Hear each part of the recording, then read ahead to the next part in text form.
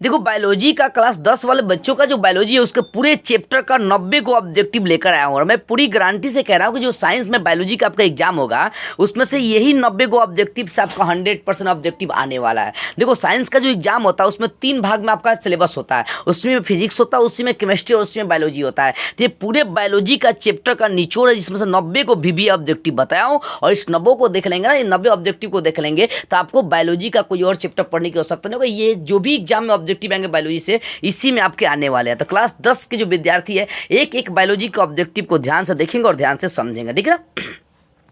देखो पहला ऑब्जेक्टिव क्या, पूरे चैप्टर का ऑब्जेक्टिव आपको बता रहा हूँ, पूरे चैप्टर से आपको ऑब्जेक्टिव समझाने का कार्य कर रहा हूँ, इसलिए ध्यान से एक एक ऑब्जेक्टिव को समझिएगा।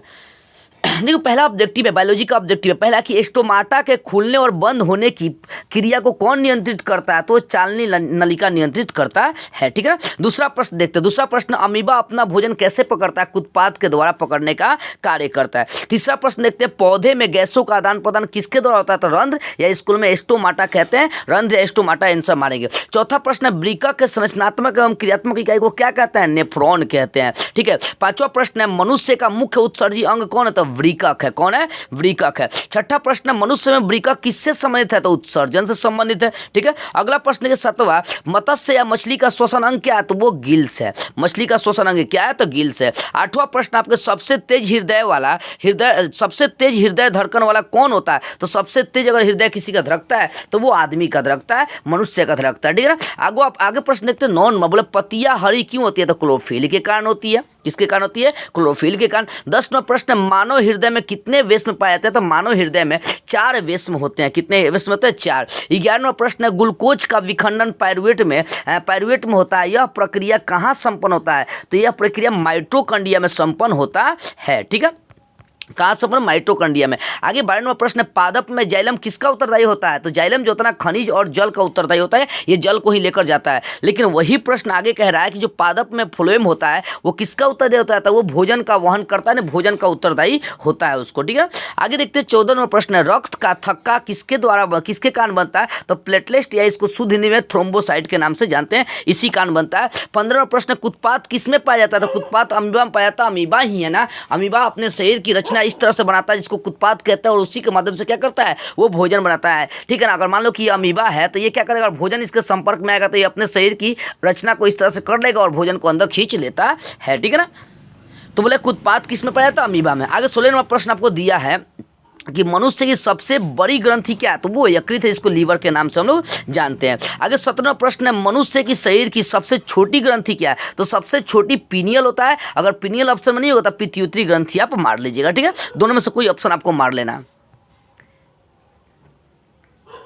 आगे प्रश्न नंबर देखते हैं हम लोग 18 प्रश्न देखते हैं। 18वां प्रश्न आपका है, देखो यहाँ पर कि प्रकाश संश्लेषी अंगक कौन है, देखो प्रकाश संश्लेषी अंगक हरित लवक है, ठीक है ना, प्रकाश संश्लेषी अंगक कौन है, हरित लवक है। 19वां प्रश्न आपको बोला है कि शरीर में भोजन का पचना किस प्रकार की अभिक्रिया, तो उपचयन या इसका दूसरा नाम होता है ऑक्सीकरण अभिक्रिया, कौन सा, उपचयन या ऑक्सीकरण अभिक्रिया मारिएगा। 20वां प्रश्न है, 20वां प्रश्न देखिए कि मैग्नीशियम कहाँ पाया जाता है, तो क्लोरोफिल में पाया जाता है, मैग्नीशियम कहाँ पाया जाएगा, तो मैग्नीशियम जो है क्लोरोफिल में पाया जाता है। 21वां प्रश्न बोला इथाइल अल्कोहल किस प्रकार के श्वसन में बनता है, तो अवायवीय श्वसन में इथाइल अल्कोहल बनता है, ठीक है। आगे प्रश्न देखते हैं 22वां, मनुष्य में सांस लेने और छोड़ने की क्रिया को क्या कहते हैं, तो श्वसन कहते हैं, क्या कहते हैं, श्वसन कहते हैं। 23वां प्रश्न है, कवक में पोषण की कौन सी विधि पाई जाती है, जो कवक होता है उसमें पोषण की कौन सी, तो मृतजीवी विधि पाई जाती है। आगे 24वां प्रश्न है, मानव में डायलिसिस थैली कौन है, तो मानव में डायलिसिस थैली जो होता है नेफ्रॉन होता है, कौन होता है, नेफ्रॉन। आगे 25वां प्रश्न, मानव हृदय का औसत प्रकुंचन दाब कितना होता है, तो मानव हृदय का जो औसत प्रकुंचन दाब होता है 120 mmHg होता है, ठीक है। अगला प्रश्न देखते हैं, दही के जमने में कौन सी क्रिया होता है, किण्वन क्रिया होता है, कौन सा, किण्वन होता है। 27वां प्रश्न है, खुला परिसंचरण तंत्र किसमें पाया जाता है, जो तिलचट्टा होता है जिसको इंग्लिश में कॉकरोच कहते हैं, उसमें खुला परिसंचरण तंत्र पाया जाता है, ठीक है ना। अगला प्रश्न देखते हैं और आगे बढ़ते हैं। आगे प्रश्न नंबर 28 देखते हैं कि रक्त क्या है, तो एक तरल संयोजी उत्तक है। रक्त में आयरन या लोहा या हीमोग्लोबिन की कमी से कौन सा रोग होता है, बोल रहा है 29वां प्रश्न, रक्त में आयरन या लोहा या हीमोग्लोबिन की कमी से कौन सा रोग होता है, एनीमिया। खून की कमी से भी एनीमिया होगा, आयरन की कमी से भी एनीमिया, आयरन की कमी से भी आपकी क्या होगा, एनीमिया होगा, ठीक है। और हीमोग्लोबिन की कमी से और लोहा की भी कमी से क्या होगा, आपका एनीमिया होने का कार्य करेगा, ठीक है। आगे बढ़ते हैं, तीसरा प्रश्न देखते हैं। यहाँ पर तीसरा प्रश्न है, मानव रक्त में उपस्थित यूरिया की मात्रा कितनी है। तो हम लोग रक्त में यूरिया जो है ना वो 20 mg के बराबर है, ठीक है। इस तरह से 30 ऑब्जेक्टिव होगा, अभी भी 60 ऑब्जेक्टिव आपको बताऊंगा जो आपके एग्जाम के लिए मोस्ट इंपॉर्टेंट और मस्ट भी आपके पढ़ने वाले हैं। देखो 31वां प्रश्न क्या है, 31वां प्रश्न आपका है, 31 में आपका प्रश्न है, देखो कि आयोडीन की कमी से कौन सा रोग होता है। तो आयोडीन की कमी से घेगा, इसको इंग्लिश में ग्वाइटर या शुद्ध हिंदी में गलगंड कहते हैं। पूछेगा गलगंड किसकी कमी से, या ग्वाइटर किसकी कमी से, या घेगा रोग किसकी कमी से होता है। तो वो सब होता है आयोडीन की कमी से होता है, ठीक है ना। ये सब आप नाम सुने होंगे और ये सब जानते भी होंगे। आगे 32वां प्रश्न आपका है कि एंड्रोजन कैसा हार्मोन है। तो नर हार्मोन है, कैसा है, नर हार्मोन। 33 नंबर किसे रासायनिक दूध कहा जाता है, दूध कहा जाता है। तो हार्मोन को जो ना रासायनिक दूध कहा जाता है। 34वां प्रश्न, दो न्यूरॉनों के मध्य खाली स्थान को क्या कहता है, सिनेप्स कहता है। दो न्यूरॉन लेकर चलेंगे और उनके बीच जो खाली स्थान होता है उसको सिनेप्स कहते हैं। 35वां प्रश्न है, तंत्रिका तंत्र की रचनात्मक एवं क्रियात्मक इकाई को क्या कहते हैं। तो वो होता है न्यूरॉन होता है। कौन होता है, न्यूरॉन। 36वां प्रश्न है, पादप में पाया जाने वाला वृद्धि हार्मोन कौन है। तो वृद्धि हार्मोन जिब्रेलिन्स होता है। कौन होता है, जिब्रेलिन्स होता है। 37वां प्रश्न है, कौन सा पादप हार्मोन पत्तियों को मुरझाने के लिए उत्तरदायी होता है। तो एब्सिसिक अम्ल के कारण से क्या होता है, पत्तियां जो है ना आपस में मुरझा जाती है, ठीक है। आगे प्रश्नों को देखते हैं और समझते हैं। 38वां प्रश्न देखिए, बोला है कि मस्तिष्क किसके लिए उत्तरदायी होता है। तो शरीर का संतुलन बनाने के लिए उत्तरदायी होता है, ठीक है। आगे प्रश्न 39 नंबर देखते हैं कि इंसुलिन की कमी से कौन सा रोग होता है। तो सबको पता है मधुमेह होता है। कौन सा होता है, मधुमेह होता है। 40वां प्रश्न, रक्षी कोशिकाएं कहाँ पाई जाती है। तो पत्तियों में रक्षी कोशिकाएं पाई जाती है। आगे 41वां प्रश्न है, केचुआ कैसा प्राणी है। तो उभयलिंगी या द्विलिंगी कह सकते हैं, ठीक है।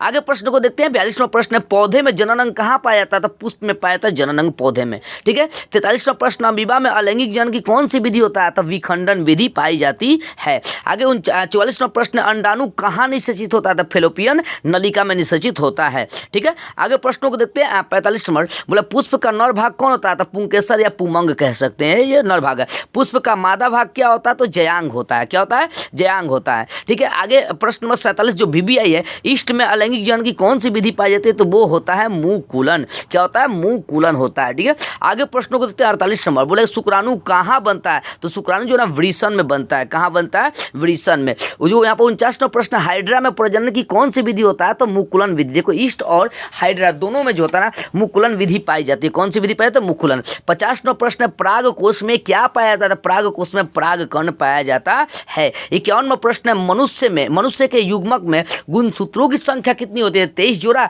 या संख्या में बोलेंगे तो 46 हो जाएगा, ठीक है। आगे प्रश्न हम लोग देखते हैं। 52वां प्रश्न, पुष्पी पौधों में लैंगिक जनन किसके द्वारा होता है। जो पुष्पी पौधा होता है उसमें लैंगिक जनन किसके माध्यम से होता है। तो लैंगिक जो जनन है वो फूलों के माध्यम से होने का कार्य करता है, ठीक है ना। आगे प्रश्नों को देखते हैं।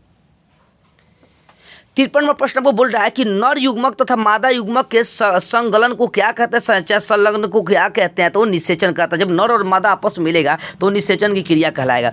55वां प्रश्न, पपीता कैसा प्राणी है। तो एक लिंगी प्राणी है। पपीता कैसा प्राणी, एक लिंगी। आगे 55वां, मेंडल ने अपने प्रयोग के लिए किस पौधे का चयन किया था। तो मटर के पौधे का चयन किया था। 56वां प्रश्न, कौन सा अवशेषी अंग मानव में पाया जाता है। तो मानव का अवशेषी अंग अपेंडिक्स होता है। कौन होता है, अपेंडिक्स होता है मानव का अवशेषी अंग, ठीक है।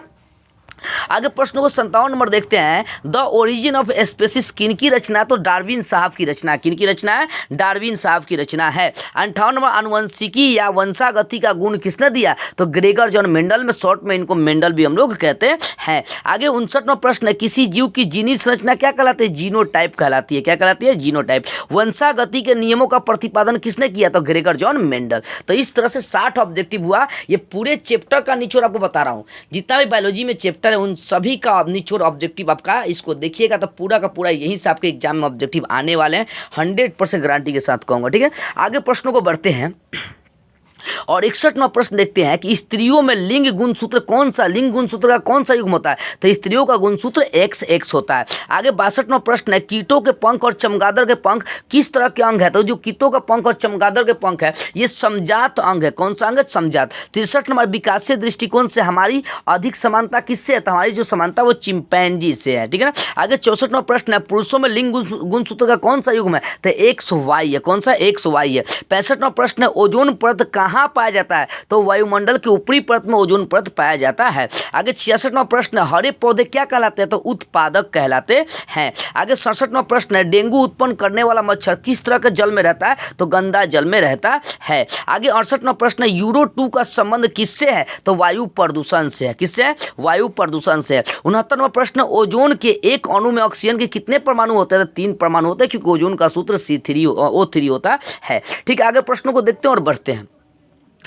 70वां प्रश्न तिहरी बांध का निर्माण किस प्रदेश में किया गया था, तिहरी बांध का जो निर्माण था वो उत्तराखंड में किया गया था। आगे 71वां प्रश्न चिपको आंदोलन किससे संबंधित है, तो वन संरक्षण से संबंधित है। आगे 72वां प्रश्न सुरंगम किस राज्य का जल संग्रहण व्यवस्था है, तो कर्नाटक का जल संग्रहण व्यवस्था है। 73वां प्रश्न मानव में नर जनन ग्रंथि कौन है, तो नर जनन ग्रंथि आपका वृषण होता है। आगे 74वां प्रश्न रक्त में ऑक्सीजन का वाहक कौन होता है, तो हीमोग्लोबिन होता है। ठीक है, आगे प्रश्न है 75 नंबर मानव का उद्भव स्थान कौन सा, तो अफ्रीका। हम लोग का उद्भव स्थान अफ्रीका से ही हुआ है। आगे 76वां प्रश्न यौन परिपक्वता की अवधि को क्या कहते हैं, तो यौनारंभ या प्यूबर्टी के नाम से जानते हैं। 77वां प्रश्न मानव मूत्र में यूरिया की कितनी प्रतिशत मात्रा होती है, तो हम लोग का मूत्र में 2% यूरिया की मात्रा पाई जाती है। ठीक है ना, आगे प्रश्नों को देखते हैं और आगे प्रश्नों के लिए बढ़ते हैं।